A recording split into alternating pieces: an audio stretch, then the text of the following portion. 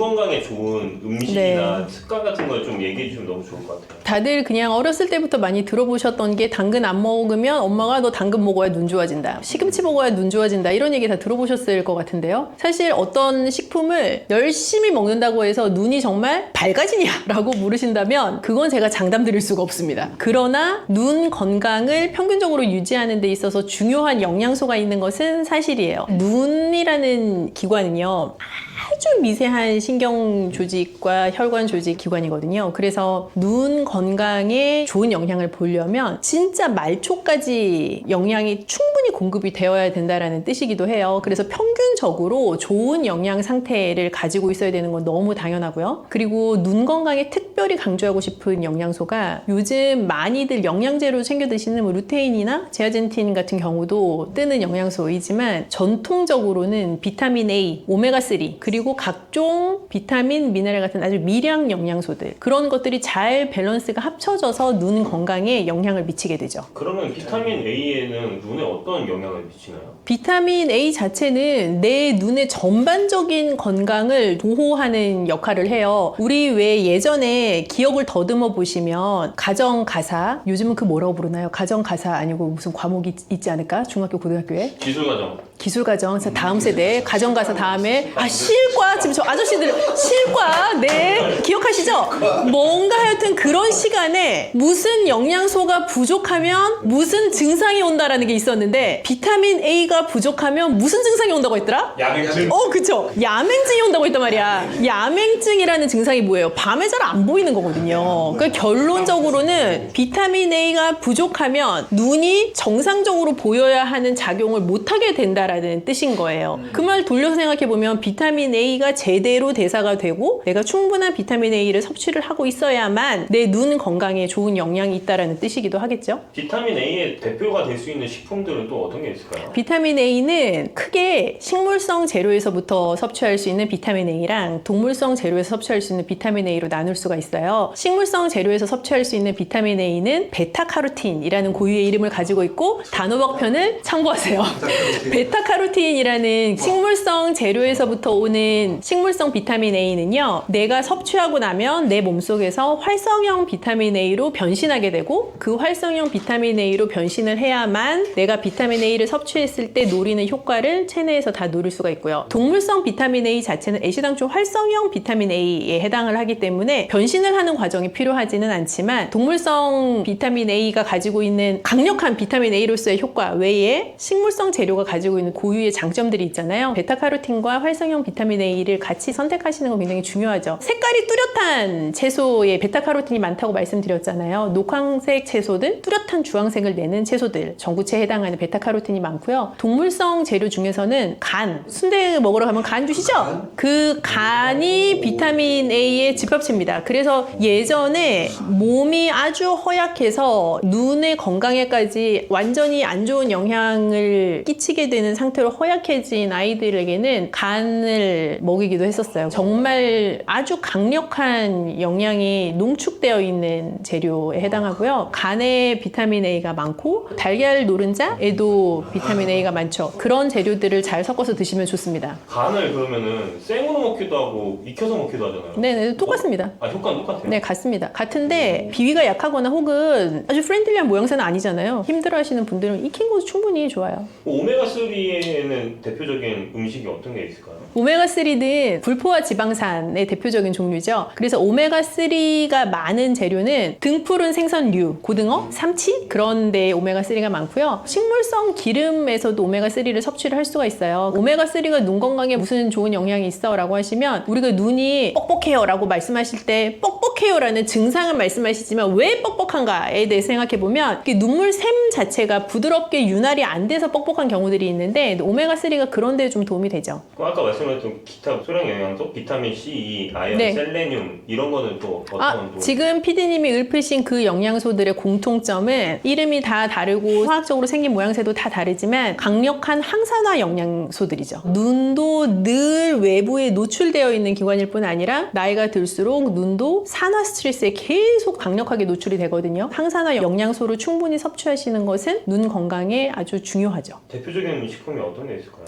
대부분 새콤한 맛을 낼 수 있는 과일들 혹은 견과류 그런 것들이 많죠. 저번에 말씀하셨던 키위 이런 것도 네, 해당 사항이 있을 수 있어요. 그리고 요즘 뜨고 있는 루테인 제아잔틴. 네, 루테인이나 제아잔틴 같은 경우는 영양제로만 먹어야 된다고 생각하시는 분들이 계실 수 있는데 영양제로 드셔서 효과를 보시는 분도 있지만 잘 모르겠던데 라고 하시는 분들도 꽤 계실 수 있어요. 오히려 식품을 통해서 섭취를 하시면 루테인, 제아잔틴 외에도 그 식품이 가지고 있는 고유의 다른 영양소를 같이 섭취하실 수 있어서 더 좋을 수가 있는데요. 특히 추천드리고 싶은 재료는 케일이에요. 그냥 먹으면 씁쓸하기도 하고 식이섬유소가 아주 강력하게 들어있어서 좀 질깃한 느낌이 나기도 하고 하는데요. 케일 자체에 루테인이 진짜 아주 풍부하게 들어있어서 사실 루테인의 보고라고 해도 과언이 아니고 파프리카 종류들도 좋아요. 노란 파프리카 같은 경우도 제아잔틴이 아주 많이 들어있는 그런 재료에 해당합니다. 케일 같은 경우는 네. 사람들이 그거를 주스로도 먹기도 하잖아요. 그쵸. 케일 주스로 드시는 것도 괜찮고 케일을 활용하실 수 있는 다른 여러 메뉴들 중에 저는 케일 쌈밥도 되게 좋다고 생각해요. 케일을 살짝 데쳐서 밥을 넣고 돌돌 말아가지고 드시는 요리인데 굉장히 간단하게 주먹밥처럼 한 끼 대용으로 드시기에 충분하기도 하고 언젠가 우리가 한번 했던 얘기 중에 생채소를 먹는 것보다 데쳐서 먹으면 더 많이 먹을 수 있다고 말씀드렸잖아요. 케일도 데치고 나면 부드러움이 가미되기도 하고 생케일에서 느낄 수 없었던 촉촉한 맛도 나서 케일 쌈밥도 되게 좋은 요리죠. 이런 것들을 충분히 섭취할 수 있는 그런 요리 레시피라는 게 또 따로 있을까요? 쉽게 생각을 하시면 제아잔틴은 약간 노란색이 나는 재료에 많이 들어있다고 생각하셔도 되거든요. 그래서 노란 파프리카에도 많고 아주 노랗게 잘 익은 옥수수에도 많아요. 옥수수, 파프리카 이런 것들을 활용한 레시피는 어떤 것이든 좋은데 보통 눈 건강 고민하시는 분들은 저는 두 부류인 것 같아요. 애를 키우고 있는데 애들의 눈 건강을 좀 좋게 하는 음식을 주고 싶은 어머니거나 혹은 내가 나이가 들어가면서 눈이 이래갖고 안 되겠는데? 라는 생각이 드시는 분들이거나 하는 가능성이 높을 것 같은데 각각 추천을 해보자면 애들은 아무리 너 이거 눈에 좋아 먹어라고 해도 막 케일 주스 이런 건 안 먹을 거란 말이죠, 걔네가. 그래서 저는 약간 달콤한 옥수수 스프 같은 것도 괜찮은 것 같아요. 애들한테는 편하게 먹을 수 있으면서도 그 먹는 것에 대한 거부감이 들지 않게 해주는 제아잔틴이 풍부하게 들어가 있는 옥수수 스프 추천드리고 싶고 식재료에 대한 거부감이 좀 덜하다? 그러면 시금치 같은 것들도 같이 넣어가지고 뭐 달걀이랑 요리한 것들도 눈 건강에 좋은 요리에 해당할 수 있고요. 연세가 좀 드셨으면 오트밀 죽 같은 거 끓이면서 케일을 같이 썰어서 넣는다거나 하는 것들도 좋은 메뉴죠. 그럼 눈 건강에 해로운 음식이나 피해야 될 게 있나요? 음식이요? 네. 음식이라기보다는 휴대폰을 자꾸 보시는 걸 안 하셔야겠죠. 카카오톡 이런 거 정말 깨알 같은 글씨 막 이렇게 보내고 껌껌한데 막 이불 안에 들어가서 휴대폰 보고 이런 거를 일단 안 해야겠죠. 그게 사실 제일 안 좋다고 생각하고요. 그리고 자외선 차단을 제대로 해야 되는 거 선글라스를 착용하시거나 혹은 자외선 차단 안경을 착용하시거나 하는 거 굉장히 중요하다고 생각을 하고 눈이 피로할 때까지 화면을 계속 들여다보는 건 피해야 될 것 같아요. 노트북이 됐든 휴대폰이 됐든 스크린 자체를 계속 너무 집중한 상태로 장시간 보는 것은 눈에 정말 안 좋죠. 눈 건강에 좋은 특별한 무언가가 있어서 그거를 내가 반드시 실천하겠다 하는 것도 좋을 수 있는데요. 그것보다 안 좋은 무언가를 내가 안 하겠다라고 하시는 게 더 좋을 수가 있어요. 예를 들면 카페인을 굉장히 많이 먹는 사람이야 라고 한다면 그 카페인을 좀 줄여보는 노력을 하는 거. 과음을 하는 라이프 스타일을 가지고 있어. 그러면 술자리를 좀 줄여보는 거. 매일같이 단 음료를 먹어요. 탄산음료를 마셔요. 한다면 그것을 끊으라고는 제가 강요할 수는 없지만 2번 먹을 거 1번만 먹는 거. 뭐 그 정도로 줄여나가는 게 좋죠. 그러면은 마지막으로 실천하면 좋은 습관? 네. 저희 어머니께서 늘 멀리 보기를 강조하셨습니다. 얼마나 멀리 봐요? 예를 들면 우리가 휴대폰을 보거나 어떤 스크린을 볼 때는 굉장히 내 눈과 사물 사이가 가깝거든요. 멀리 보기라는 거는 눈에 힘을 빼고 볼 수 있는 원거리인 것 같아요. 그래서 내가 사무실에 있다면 창 밖에 있는 나무, 멀리 보기를 해서 눈의 근육에 힘을 풀어주는 것들을 반복하시는 게 굉장히 중요하다고 생각해요. 푸른 나무를 계속 보는 게 좋다라고 하지만 사실은 녹색이라는 것 자체가 시력을 좋게 한다는 개념이라기보다 계속 멀리 있는 것을 바라보는 개념이 아닐까 하는 생각이 드는데요. 눈 건강에 관심이 많은 저희 구독자분들을 위해서 마지막으로 한마디 해주시면 좋을 것 같습니다. 눈 건강은 사실 어떤 하루 이틀 관리의 개념이라기보다는 계속 누적하고 축적하고 인내심을 가지고 행해야 되는 것 같아요. 어느 날 눈이 너무 피곤하니 오늘은 멀리 보기도 하고 눈 마사지도 하고 챙겨 먹고 술도 안 먹고 하루 해가지고 효과가 사실 있기가 좀 힘들고요. 늘 누적해서 뭔가 실천해 나가는 인내심을 가지고 꾸준히 하실 수 있는 나만의 방법을 잘 세팅해 나가시면 좋겠습니다. 사실은 지금 네. 저희 구독자분들이 신장 쪽에 네네네. 엄청 관심이 많으세요. 네. 어떻게 하면 신장 쪽에 좋은 음식을 어떻게 먹어야 될지 그런 것도 네. 관심이 많으시는데 사실 신장이라는 조직은 우리가 무언가를 먹었을 때에 모든 최종 배출을 담당해야 하는 기관이에요. 그렇다 보니까 평생을 살면서 이 신장을 가지고 나의 모든 먹는 걸 대사하고 마지막 찌꺼기 배출까지 완료가 되어야 내 몸의 대사가 완벽하게 진행이 되는 건데 우리 되게 오래 살잖아요. 그러니까 슬슬 신장이 지쳐가는 상태로 노화가 일어나게 되고 당뇨나 고혈압 같은 질환이 있으시면 신장이 같이 부가적으로 안 좋아져요. 그래서 우리나라의 당뇨병 유병률, 고혈압 유병률이 올라가면서 신장병에 대한 유병률이 같이 상승하고 있는데 아주 특징적으로 요즘은 젊은 신장병 환자가 많아요. 신장병 환자들의 나이가 점점 내려가고 있어요. 그래서 예전처럼 정말 시니어만을 위한 질환이 아니라 20대, 30대 분들도 나 체중 체크하는 것처럼 신장 수치 어떤지 한 번씩은 체크해 보실 필요도 있어요. 신장이 안 좋아지면 어떤 일이 발생하시겠어요? 신장이 안 좋아지면 일단 찌꺼기를 배출하고 여과하는 작용 자체가 현저하게 낮아지는 건데요. 사실 신장이 단독으로 노는 기관이 아니라 이름도 보시면 신장 되게 비슷하잖아요. 그래서 심장의 역할과 작용, 신장의 역할과 작용이 서로 연결되어 있기도 해요. 그래서 우리가 고혈압 심각해지면 심혈관 질환 올 수 있다라는 얘기하잖아요. 그러면 자연스럽게 신장 질환이 합병증으로 올 수도 있는 거예요. 또 당뇨병도 내가 생기게 되면 당뇨병성 신증이라고 해서 당뇨 환자에게 신장 질환이 동시에 나타나는 합병증으로 진행이 될 수도 있어요. 신장이 좀 건강해지려면 종합적으로 건강관리를 잘해야 합니다. 맞아요. 그래서 만성 질환이라고 부를 수 있는 대표적인 2대 질환인 고혈압, 당뇨 이 두 개만 잘 관리를 하시면 신장 질환이 합병증으로 나타나는 것은 최소한 막을 수 있고 또 신장 질환이 위험한 이유는 건강하게 돌릴 수 있는 방법이 없어요. 신장 질환은 한 번 시작되면 그냥 안 좋아지는 쪽으로 계속 가는 거예요. 예를 들어서 내가 고혈압 위험군이다, 당뇨 위험군이다 경고를 들으면 운동도 하고 식사 조절도 하고 하면서 다시 정상 수치로 돌이킬 수 있는데 신장은 특징적으로 그렇게 안 돼요. 속도를 줄일 수 있을 뿐이지 그냥 안 좋은 방향으로 계속 가는 거예요. 그렇기 때문에 더 안 좋아지기 전에 내 스스로 관리하는 게 굉장히 중요한 질환인 거죠. 그럼 내 스스로 관리할 수 있는 방법 중에 어떤 종류가 있는지 설명해 줄 수 있을까요? 사실은 거의 유일하고도 아주 중요한 게 식사 관리인데요. 먹는 것을 관리하는 것은 아주 중요해요. 그래서 특히 뭐가 중요하냐면 소금 섭취. 그러니까 고혈압 환자랑 같아요. 나 저염식 먹는 거, 그리고 평생 지속할 수 있는 저염식 하는 거 굉장히 중요하고요. 두 번째는 단백질. 요즘 보통 머슬업 할 거야 그 단백질 엄청 많이 드시고 50대, 60대 되신 분들도 단백질 챙겨 먹어야 근 감소증 안 온다 하면서 많이 챙겨 드시잖아요. 그런데 신장이 안 좋아지기 시작하면 단백질이라는 영양소는 굉장히 신장에 무리가 가는 영양소가 돼요. 그래서 적정량만큼의 단백질을 챙겨 드시는 게 굉장히 중요하고 또 다음 세 번째는 인과 칼륨이라고 하는 우리 몸에서 정상적인 대사에 꼭 필요한 미량 영양소이지만 신장에는 무리가 될 수 있는 미량 영양소 그걸 잘 적정한 양만큼 섭취하는 게 중요해요. 근데 신장병 환자들에게 제가 적정량이라는 단어를 쓰는 게 참 죄송한데 대체 적정량이 뭐냐라고 많이 물어보시거든요. 단백질의 적정량은 쉽게 탁구공 크기 생각하시면 될 것 같아요. 탁구공을 생각하시면 딱 그냥 그 정도 양만큼 내가 한 번 먹을 때 먹는다라고 생각하시면 대부분 한국인 성인한테서는 적정한 양에 해당할 수 있어요. 칼륨이나 이런 걸 조심해야 된다고 말씀하셨는데 네. 어느 정도까지 조심해야 되는지 솔루션이 혹시 있으신가요? 네. 그 신장병 환자분들의 문의가 워낙 많아서 사실 저희가 되게 사명감을 가지고 쓴 책이 바로 이것입니다.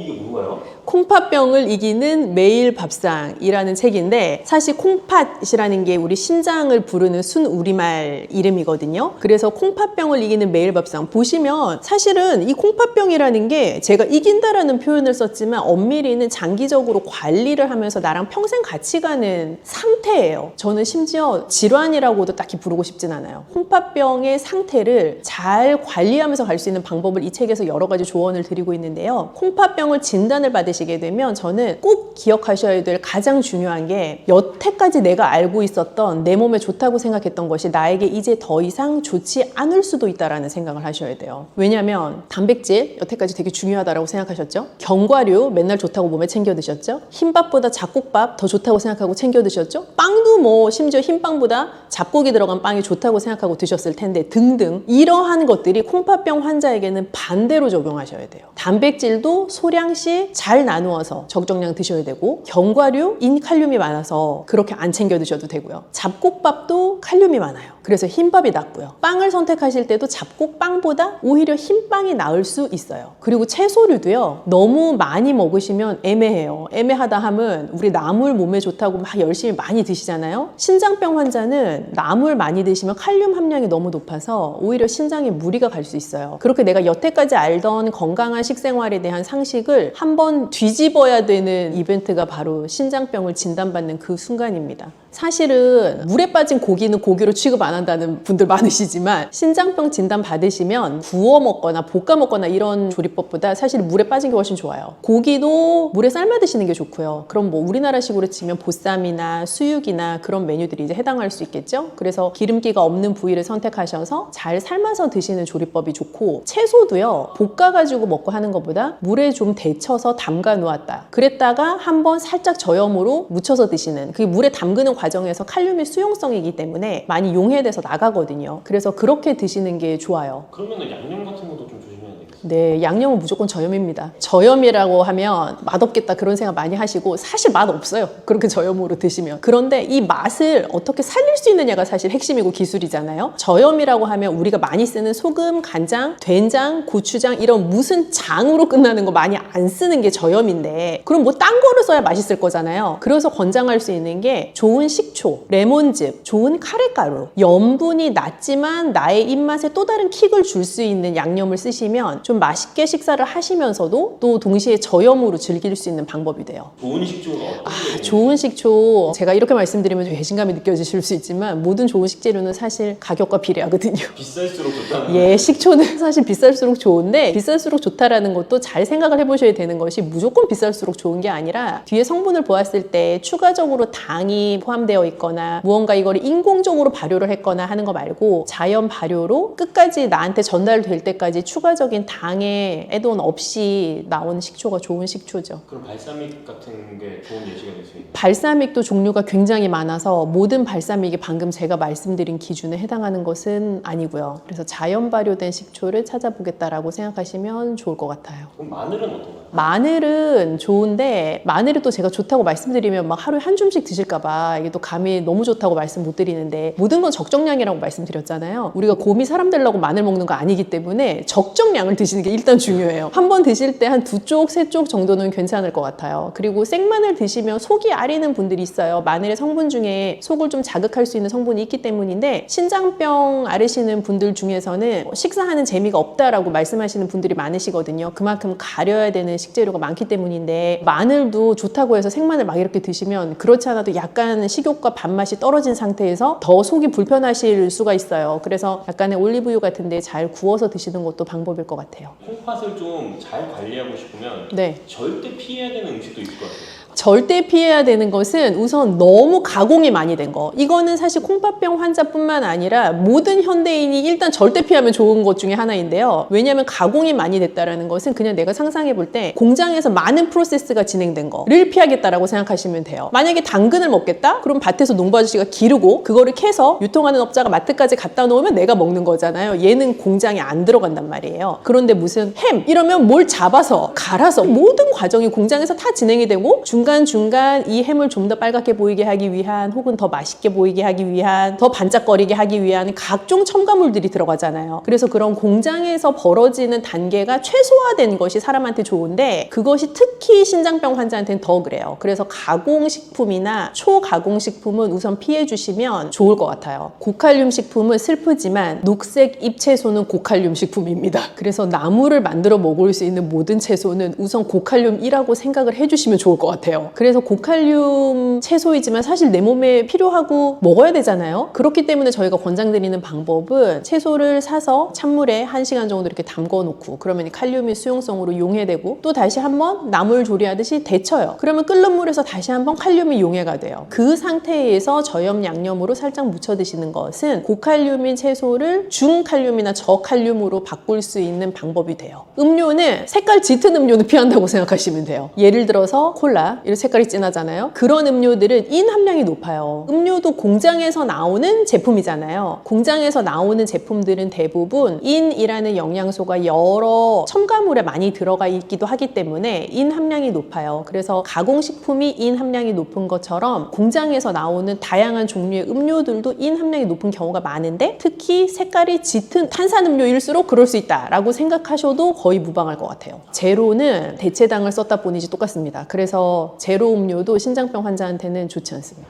하루 식단을 챙기는 게 너무 쉽지 않아요. 왜냐하면 하루에 3끼나 먹어야 되는데 하루 3끼를 매번 똑같은 걸 먹을 수도 없고 너무 지겹단 말이죠. 그래서 사실 이 책에 보시면 하루 식단을 꾸릴 수 있는 아주 쉽고 간단한 방법이 많이 제한이 되어 있고, 게다가 저는 또 이 음식은 예뻐야 된다고 생각하기 때문에 아주 예쁘게 먹을 수 있는 많은 방법들도 나와 있어요. 신장에 좀 고민이 많으신 구독자분들을 위해서 한마디. 네, 사실 신장병에 걸리면 인생 살면서 되게 중요한 재미가 먹는 재미인데, 그 먹는 재미를 많이 포기하셔야 된다라는 슬픈 감정을 느끼실 수도 있어요. 그런데 어찌되었건 신장병이 있다라는 것을 알게 되셨다는 건 그만큼 관리할 수 있는 기회가 나에게 주어졌다라는 것이기도 해서, 지금부터라도 내가 지금 상태에서 가장 재미있게 즐겁게 맛있게 먹을 수 있는 음식들을 찾아 나가시면 좋을 것 같아요. 그래서 먹는 즐거움도 너무 많이 포기하지 마시고, 또 내 상태에 대한 관리도 너무 부정적으로 생각하지 마시고, 그 두 개를 잘 밸런스를 이루어 가실 수 있었으면 좋겠는데, 그런 방법들을 제가 다른 영상 통해서도 다양하게 한번 제안을 드려볼게요.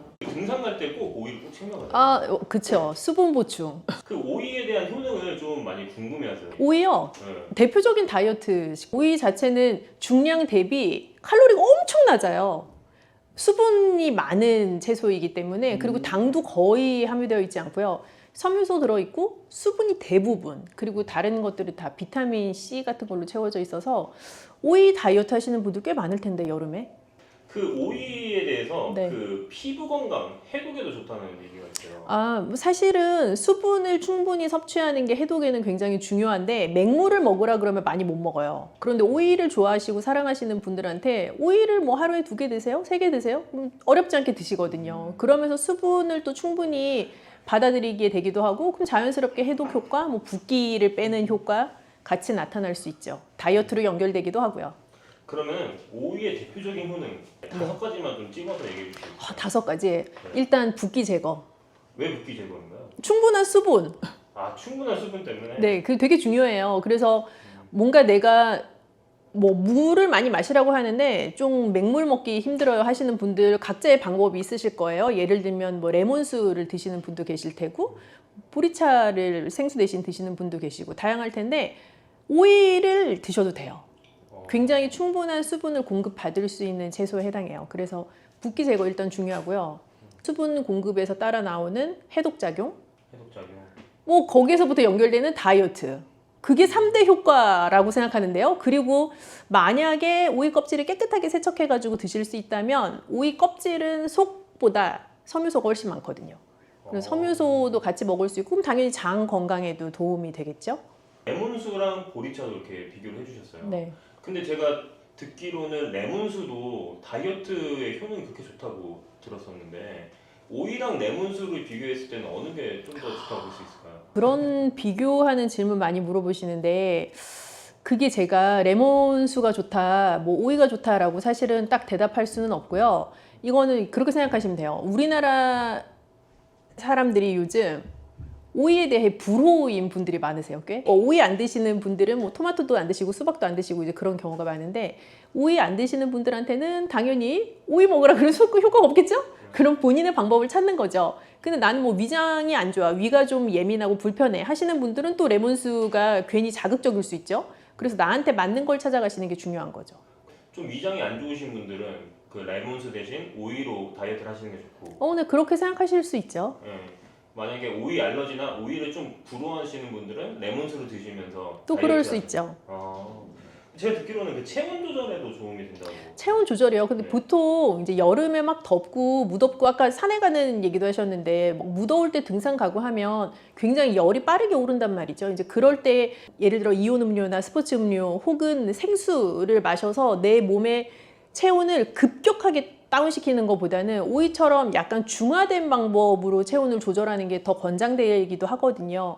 그래서 조금 천천히 적정한 밸런스로 체온을 돌이킬 수 있다는 장점이 있죠. 그럼 땀이 많이 났어요. 그럼 땀이 난다는 거는 수분만 빠져나가는 건 아니거든요. 내 몸에 있는 전해질이 같이 밖으로 나가는 건데, 그렇기 때문에 스포츠 음료, 이온 음료를 먹으면 수분도 먹는 거지만 전해질도 같이 공급을 받는 거라 생수보다는 이온 음료가 오히려 빠르게 수분과 전해질을 보충할 수 있다라고들 알고 계시고, 그거는 맞는 말이긴 해요. 그런데 내가 굉장히 막 머리 끝까지 열이 오른 상태인데 정말 막 이가 시리고 차가울 만큼의 그 음료를 벌컥벌컥 마셔서 내 속은 굉장히 빨리 차가워지고 내 밖에는 아직 열이 남아있는 상태보다 내가 그냥 천천히 씹어 먹으면서 내부의 열을 같이 중화시켜 내보낼 수 있는 오이 같은 방법이 조금 더 안전한 방법일 수 있는 거죠. 나이가 들수록 더 그렇고요.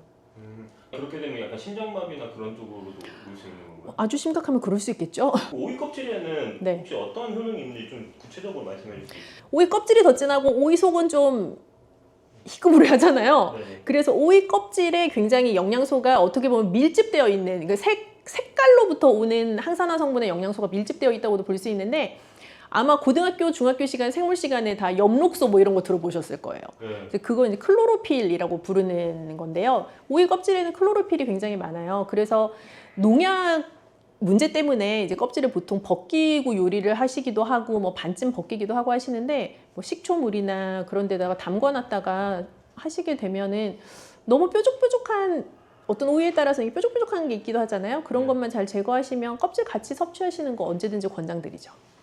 오이 지금까지 얘기만 들었을 때 너무 좋은 것 같아요. 슈퍼푸드처럼 느껴지는데 오이와 함께 먹으면 안 되는 음식이 있을까요? 뜨거운 곳에 있을 때, 혹은 내가 막 머리 끝까지 열이 올랐을 때 나를 이렇게 좀 차갑게 진정시켜 줄 수 있는 거다라는 말씀드렸는데, 그거를 조금만 반대로 생각해 보면 너무 찬 성질이 있는 식품이랑은 안 맞는 거예요. 예를 들면 오이랑 뭐 찬 우유를 벌컥벌컥 같이 먹는다거나, 상상만 해도 배가 아프지 않으세요? 그렇죠.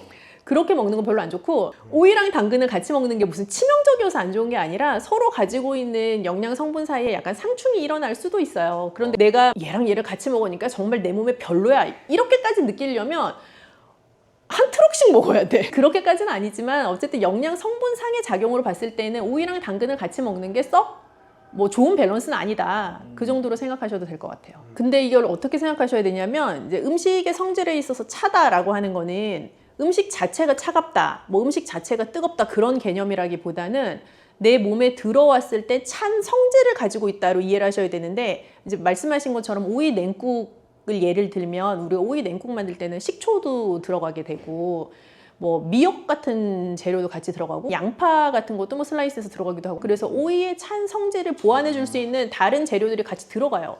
그 오이 냉국 자체는 오히려 여름철에 더 수분을 빠르게 공급해 줄 수 있고 좀 입맛도 돋궈줄 수 있는 메뉴가 되기도 하죠. 양파나 이런 것처럼 오이 냉국에 들어가면 좋은 재료들 좀 몇 개. 미역, 양파, 그리고 뭐 식초 반드시 들어가니까 좋은 식초. 요즘 많이 말씀하시는 뭐 발사믹 식초 같은 것도 비싸다고 다 좋은 건 아니고요. 그냥 나한테 맞는 적당한 향을 가지고 있는, 그리고 뒷면 돌려보셨을 때 뭔가 첨가물 없이 자연 발효된 그런 식초는 뭐 브랜드 상관없이 모두에게 좋죠.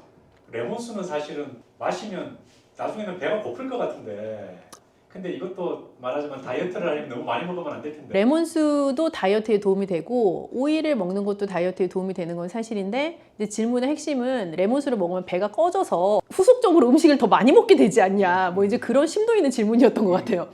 뭐 그럴 수도 있지만요, 사실 레몬에 들어있는 성분이 소화가 잘 되게 해주는 성분도 분명히 있지만 그 자체를 가지고 나의 식욕을 약간 저하시킬 수 있는 효과가 있기도 또 해요. 그래서 레몬을 먹고도 내가 위장이 좀 불편한 걸 느끼지 않고 위가 예민하게 느껴지지 않으시는 분들이라면 하루에 한 반 개 정도의 레몬을 이렇게 생수에다가 채워놓고, 즙을 짜서 채워놓고 그거를 수시로 마시는 건 전 추천드리고 싶고, 그러면 자연스럽게 레몬 안에 들어있던 강력한 비타민 C의 항산화 성분도 내가 섭취할 수 있기 때문에 뭐 꼭 소화가 잘 돼서 배가 고파진다? 물론 그런 부작용이 있을 수 있지만 그래도 레몬수의 엄청난 효과는 여전히 있다고 생각하고요.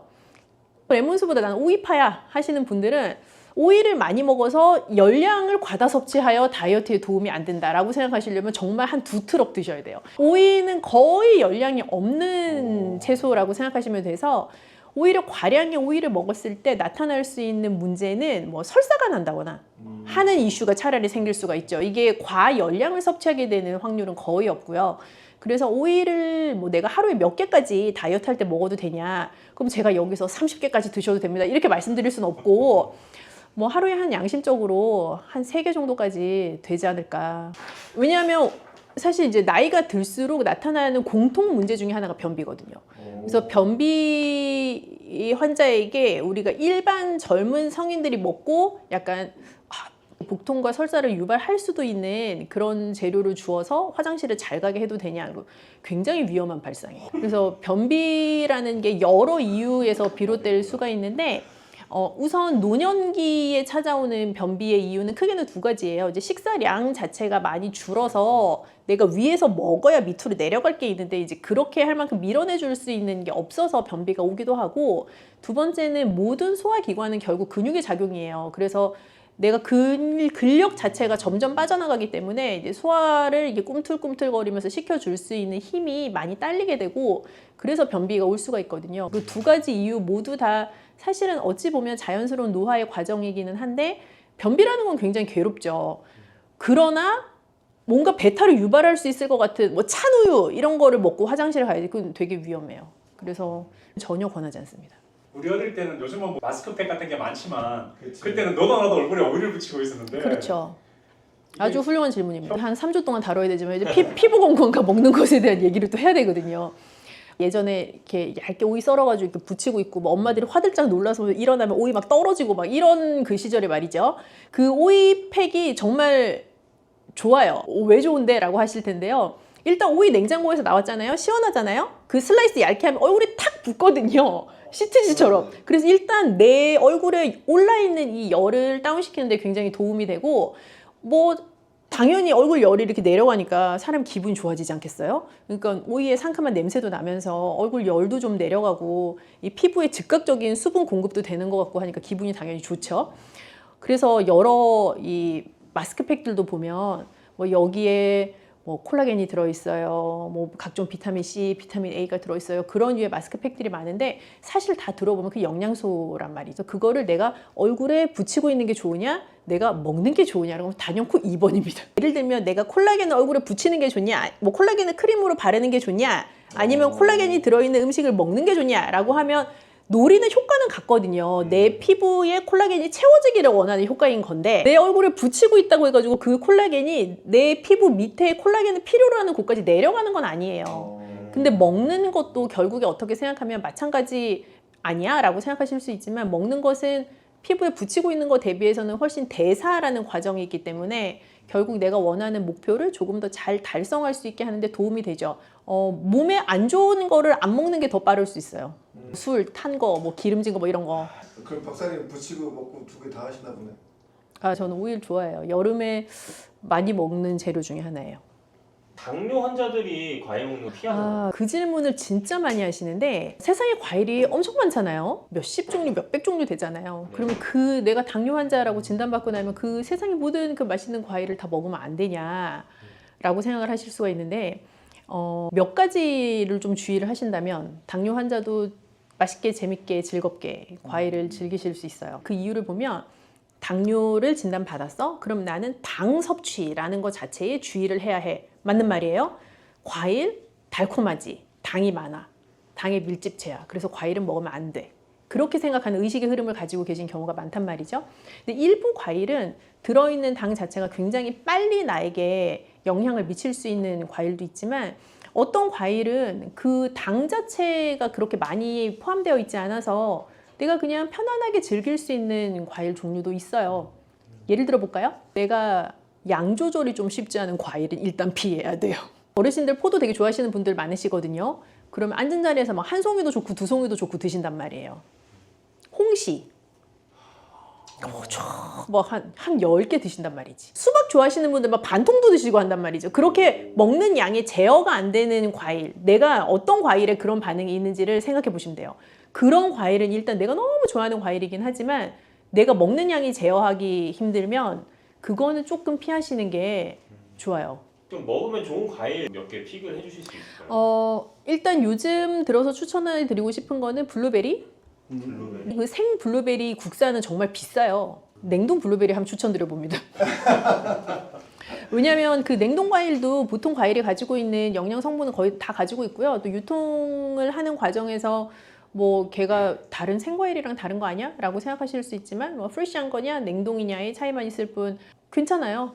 가격도 좋고요. 그래서 냉동 블루베리를 추천드려 보는데 생 블루베리보다 좋아서 추천드리는 건 아닙니다. 이거는 가성비 차원에서 말씀드리는 거고 생 블루베리든 냉동 블루베리든 블루베리 자체는 포도만큼 굉장히 많이 드시지는 못해요.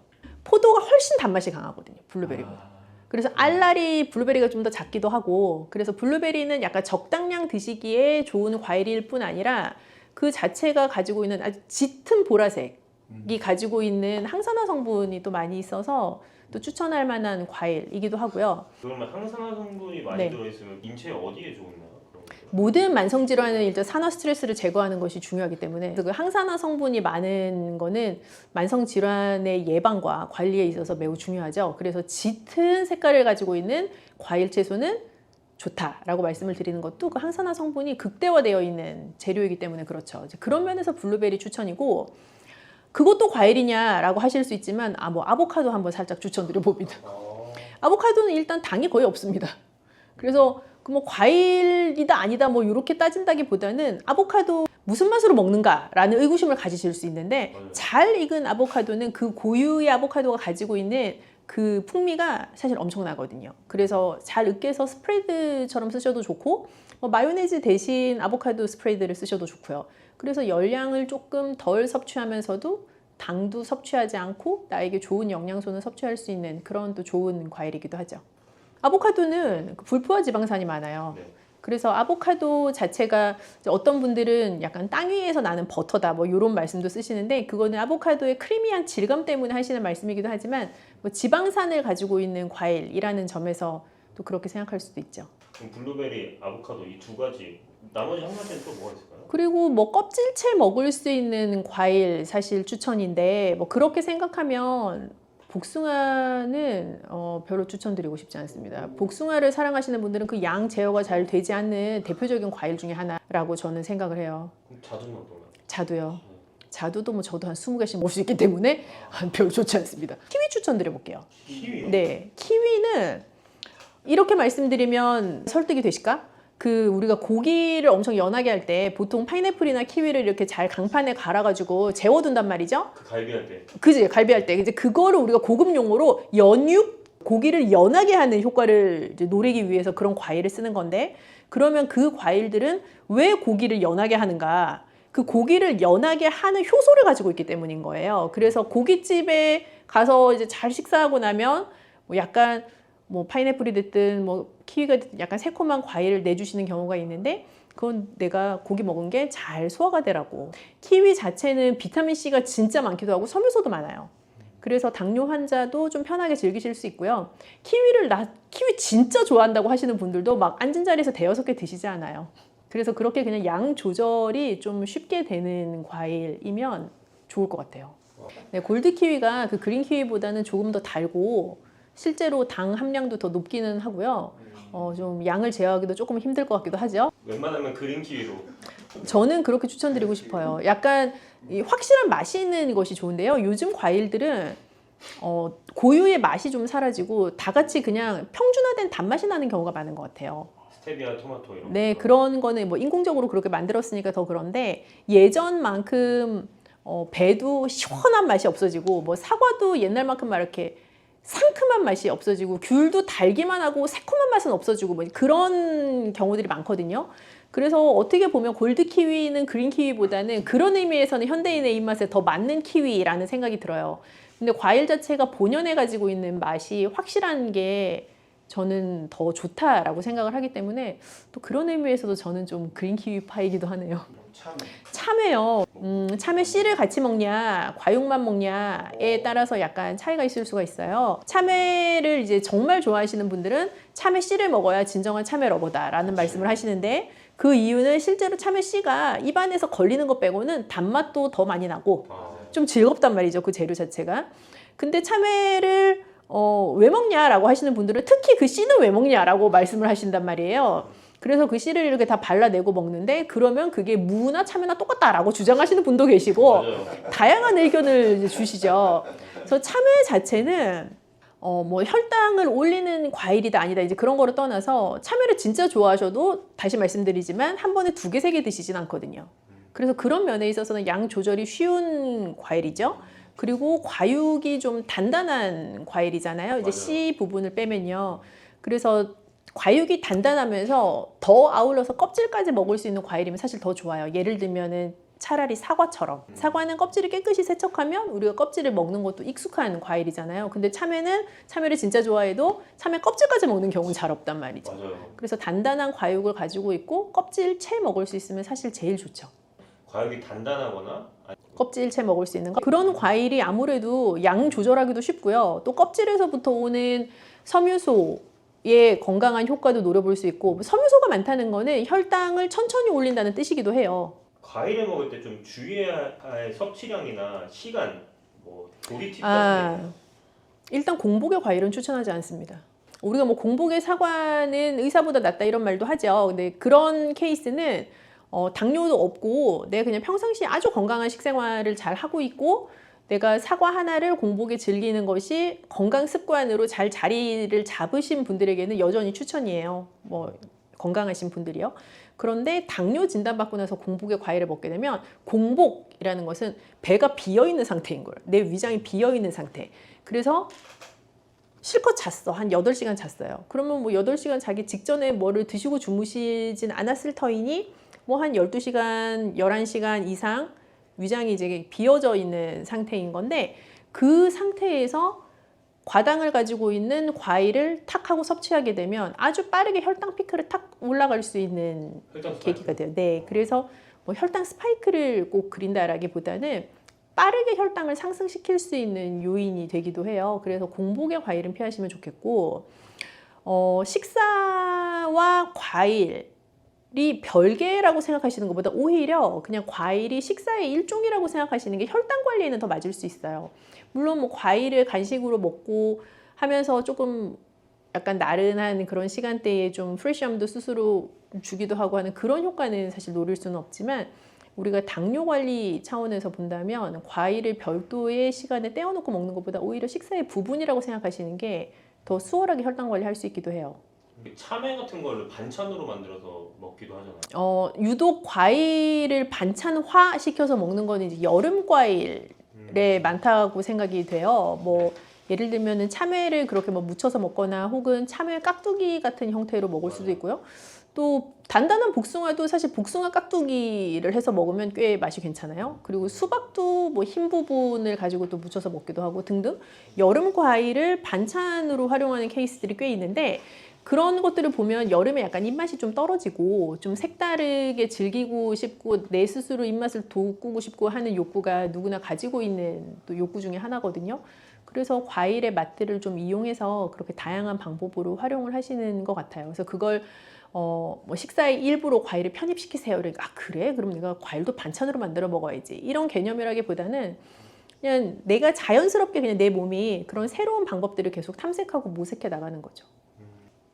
과일 여러 가지 좋아하긴 하지만 뷔페에 가면 항상 있는 그 과일 중에 잘라놓은 황도가 있잖아요. 그 황도에 얽혀 있는 재미있는 얘기가 저의 그 상담 고객들에게도 굉장히 많은데 누구나 피해갈 수 없는 즐거움을 주는 게 황도 통조림이란 말이죠. 그렇죠.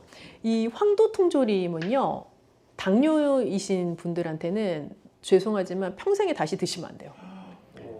제가 수박과 홍시 다음으로 조심해야 되는 유일한 수박과 홍시보다 더 조심해야 된다고 강조하는 유일한 것이 황도 통조림입니다.